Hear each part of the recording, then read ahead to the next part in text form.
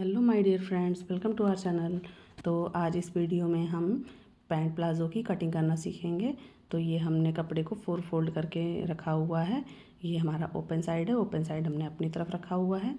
तो अभी हम इसकी मार्किंग स्टार्ट करते हैं। तो देखिए, जैसा कि हमने ये साइड में एक स्ट्रेट लाइन लगा लिया हुआ था और ऊपर से भी हमने 2 इंच कपड़ा एक्स्ट्रा लिया हुआ है और नीचे एक स्ट्रेट लाइन लगा लिया है।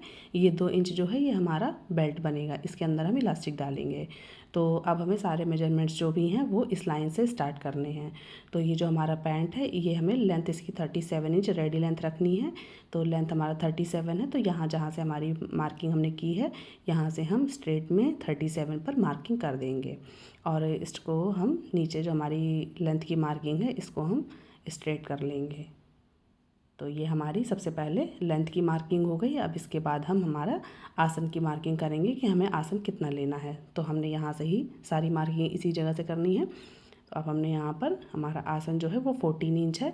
तो यहाँ पर हमने 14 पर मार्किंग किया और इस लाइन को भी हमें स्ट्रेट कर लेना है। ये हमारा आसन की लाइन हो गई, इसे भी हम स्ट्रेट कर लेंगे। अब ये जो हमारी आसन वाली लाइन है ये हमारा थाई होगा, यहाँ से हम थाई का मेज़रमेंट लेंगे। तो ये देखिए हमारा आसन 14 इंच हो गया। अभी हमने तीनों लाइनों को स्ट्रेट कर लिया है। सबसे ऊपर वाली जो हमारी लाइन है वो कमर के पास की है और ये जो बीच में है ये हमारी थाई के लिए होगी और नीचे हमारी लेंथ वाली होगी। तो थाई जो है हमारा, वो थाई का हमारा मेज़रमेंट 14 इंच था। तो 14 पे हमने ये मार्क कर दिया है और ऊपर हमारा कमर की मार्किंग आएगी। जो हमारी कमर वाली लाइन है तो वहाँ पर हमारी जो कमर है वो 9.5 इंच है। हमारी कमर का 1/4 जो निकला है वो 9.5 इंच है, उसमें हमें 2.5 इंच एक्स्ट्रा लेना है। तो ये हमारा हो गया टोटल 12 इंच।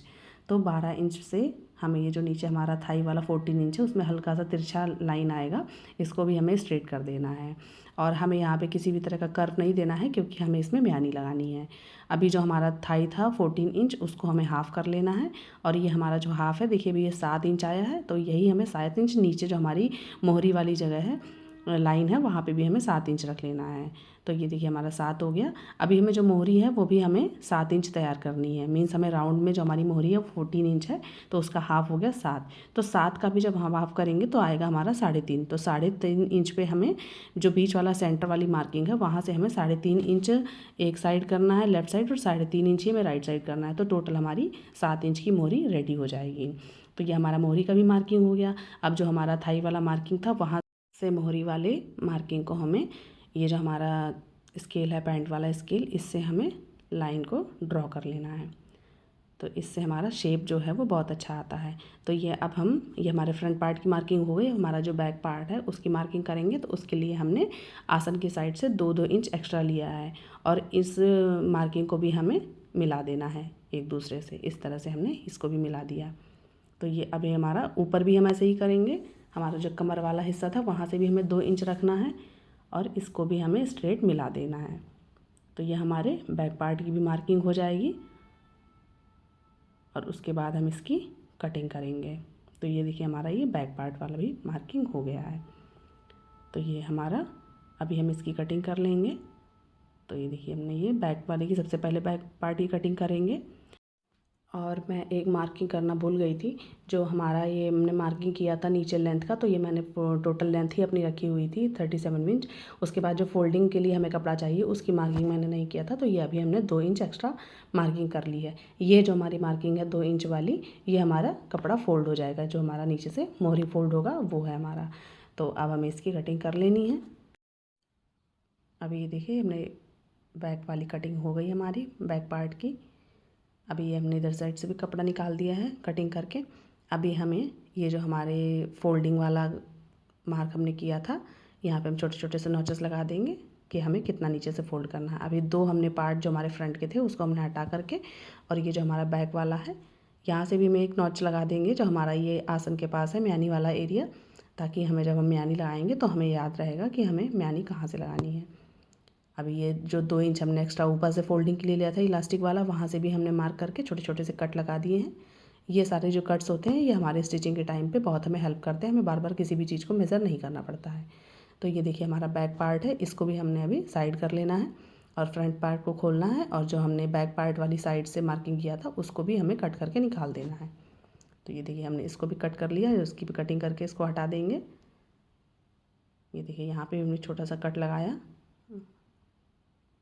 अभी हमारी ये फ्रंट और बैक की मार्किंग हो गई है। अभी हम म्यानी की भी कटिंग कर लेंगे। तो म्यानी के लिए हमने डबल फोल्ड कपड़ा रखा था और उसको ऐसे तिरछे में हमें फोल्ड करना है।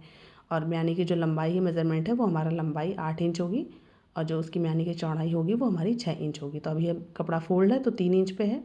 अभी इसको हम खोलेंगे तो ये देखिए अभी हम आपको मेज़र करके दिखाएंगे। तो ये हमारा खोलने पर 6 इंच है और इसकी लंबाई हमारी जो है वो 8 इंच है। ये देखिए 6 इंच और लंबाई हमारी 8 इंच। तो ये हमारी म्यानी की भी कटिंग हो गई। अब इसकी हम पॉकेट की कटिंग कर लेंगे। ये देखिए इस तरह से हमारी ये म्यानी लग जाएगी। तो आप हमेशा याद रखिए जब भी आपको म्यानी वाला पैंट का कटिंग करना है तो जो आसन में हम कर्व देते हैं वो हमें कर्व नहीं देना है, हमें स्ट्रेट ही कटिंग करना है। अभी हमारी पॉकेट की कटिंग हम कर लेते हैं। तो पॉकेट की जो लंबाई है वो हमने 11 इंच रखी है और जो चौड़ाई है वो हमने 8 इंच रखी है। ये देखिए इस तरह से हम, ये कपड़ा हमारा डबल फोल्ड है और इसकी लंबाई हमारी 11 है और चौड़ाई हमारी 8 इंच है। अब हमने को इसको एक साइड से हल्का सा गोलाई से कटिंग कर लेना है। तो कितना इजी है। अभी देखिए हमारी ये कटिंग कंप्लीट हो गई। अगर आपको वीडियो अच्छा लगा हो तो प्लीज़ कमेंट करें, लाइक करें, चैनल को सब्सक्राइब करें। मिलते हैं जल्दी नेक्स्ट वीडियो में, तब तक के लिए बाय बाय।